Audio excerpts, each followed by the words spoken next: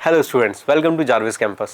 हमने हमारे last video में देखा था कि कैसे प्रिंट कल्चर की अपनी एक हिस्ट्री थी और ये स्टार्ट हुई थी ईस्ट एशियन कंट्रीज़ से। ऐसा माना जाता है कि जो प्रिंट कल्चर है ये स्टार्ट हुआ था चाइना से। जापान और कोरिया में भी इसकी कई सारे सबूत पाए जाते हैं।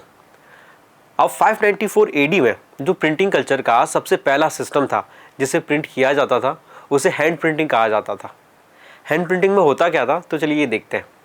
हैंड प्रिंटिंग में हमारे पास एक वुड ब्लॉक होता था जिस पे हम जो भी चीज़ प्रिंट करना चाहते हैं वो लिखी होती थी या बनी होती थी।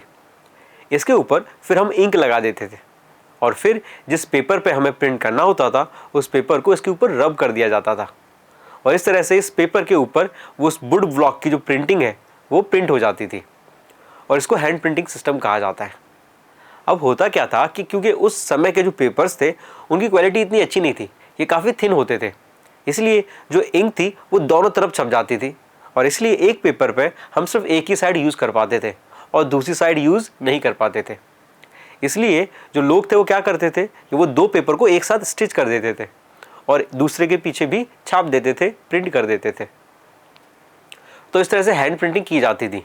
चाइना की जो ट्रेडिशनल बुक है एकॉर्डियन बुक, उसको भी इसी तरह से प्रिंट किया गया है। इसके अलावा एक और बहुत इंपॉर्टेंट चीज़ थी जो उस समय यूज़ की जाती थी, वो थी कैलीग्राफी। हमें पता है कि कैलीग्राफी क्या होता है, तो calligraphy is art of beautiful and stylish writing, है ना। किसी भी चीज़ को कॉपी करना और स्टाइलिश तरीके से उसे लिखना, उसको कैलीग्राफी कहा जाता है।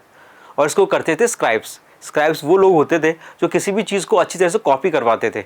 आज के टाइम में ये काफ़ी मामूली बात है, मगर पहले टाइम में इसको काफ़ी बड़ा माना जाता था। तो जो स्क्राइब्स थे वो भी क्या करते थे, वो भी प्रिंटिंग में हेल्प करते थे। उस चीज़ को क्या करते थे, रिकॉर्ड करते थे, वापस से कॉपी करते थे। तो इस तरह से चाइना में इन दो तरीके से प्रिंटिंग कल्चर डेवलप हो रहा था। अब चाइना जो था वो काफ़ी लंबे समय तक प्रिंटिंग कल्चर का हब रहा। इसके कई सारे रीज़न थे। चलिए पहला रीज़न देखते हैं। पहला रीज़न क्या था, तो चाइना जो था वो ब्यूरोक्रेटिक सिस्टम पे चलता था। ब्यूरोक्रेटिक सिस्टम क्या होता है, तो ये जो सिस्टम होता है ये ऑफिसर से चलता है। अब ऑफिसर्स को रिक्रूट भी करना पड़ेगा और रिक्रूट करने के लिए चाइना जो था वो सिविल सर्विस एग्ज़ाम लेता था। अब इन एग्ज़ाम में पढ़ने के लिए बुक्स भी चाहिए होंगी। अब इन एग्ज़ाम्स को क्लियर करने के लिए जो टेक्स्ट बुक बनती थी वो प्रिंटिंग कल्चर से बनती थी या प्रिंटिंग सिस्टम से बनती थी। इसलिए प्रिंटिंग जो सिस्टम था वो काफ़ी ज़्यादा डेवलप था चाइना में। अब धीरे धीरे इस एग्ज़ाम के लिए जो कैंडिडेट्स थे उनके नंबर्स बढ़ने लगे तो ज़्यादा बुक चाहिए होगी पढ़ने के लिए और इसलिए ज़्यादा बुक्स प्रिंट होने लगी और इस तरह से चाइना में प्रिंटिंग कल्चर और ज़्यादा डेवलप होने लगा। जो दूसरा रीज़न था वो ये था कि 17वीं सेंचुरी के स्टार्टिंग में कहो तो चाइना का जो अर्बन कल्चर था या अर्बन पॉपुलेशन थी वो काफ़ी ज़्यादा डेवलप हो चुकी थी और प्रिंट कल्चर की तरफ काफ़ी ज़्यादा इन्वॉल्व हो रही थी। हो क्या रहा था कि अब सिर्फ स्कॉलर्स ही नहीं प्रिंट कल्चर को यूज़ कर रहे थे, बल्कि जो मर्चेंट्स थे या ट्रेडर्स थे वो भी प्रिंटिंग कल्चर को यूज़ कर रहे थे। ये भी अपने पेपर्स पे जो ट्रेड्स के डेटा थे उसको कलेक्ट करते थे और रखते थे और प्रिंट करके फिर कहीं दूसरी जगह भी भेजे जाते थे। तो ये दूसरा रीज़न था जिसकी वजह से चाइना में प्रिंटिंग कल्चर डेवलप हो रहा था। तीसरा रीज़न क्या था कि उसी समय 17वीं सेंचुरी के दौरान चाइना में जो थी वो reading as an leisure activity develop हो रही थी। यानी लोग अपने खाली समय में पढ़ना पसंद करने लगे थे और अब पढ़ना पसंद करने लगे थे तो पढ़ने के लिए बुक्स चाहिए थी और इसलिए बुक्स जो थी वो ज़्यादा प्रिंट हो रही थी। अब यहाँ पे जो न्यू रीडर्स थे, जो चीज़ें पढ़ रहे थे, जो नई बुक्स पढ़ना पसंद कर रहे थे, ये फिक्शनल नैरेटिव्स या रोमांटिक प्लेस या ऑटोबायोग्राफीज़, ये सारी चीज़ें पढ़ना पसंद कर रहे थे।